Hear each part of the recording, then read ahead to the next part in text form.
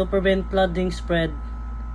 If the one compartment floods, water light integrity ensures that water doesn't spread to others.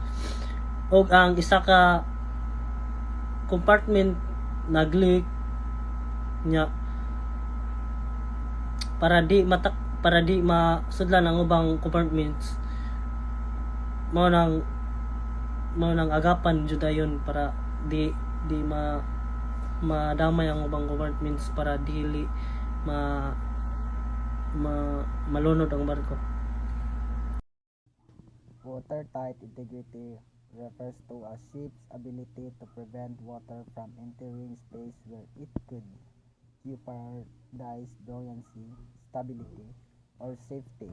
It is achieved by using watertight bulkheads, doors, hatches, seals, and valves that are designed to withstand water pressure and remain secure during normal operation and emergencies.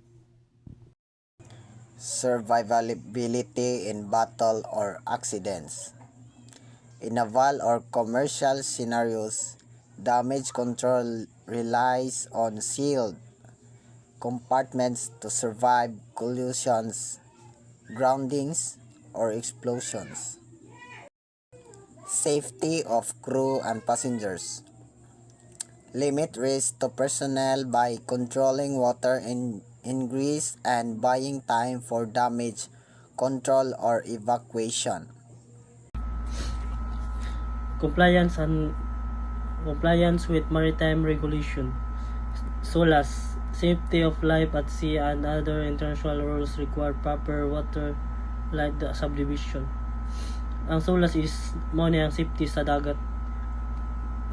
Safety sa dagat niya ang ubang international rules is required jud sila nga butangan og water light ang mga subdivision para stable jud ang pagdagan sa barko, para di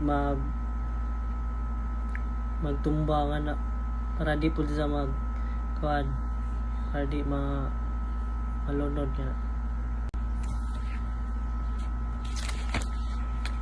Maintain buoyancy and stability. Water entering the ship can destabilize in water light compartments, helps maintain the trim and stability. Ang tubig nga mo-enter sa barko is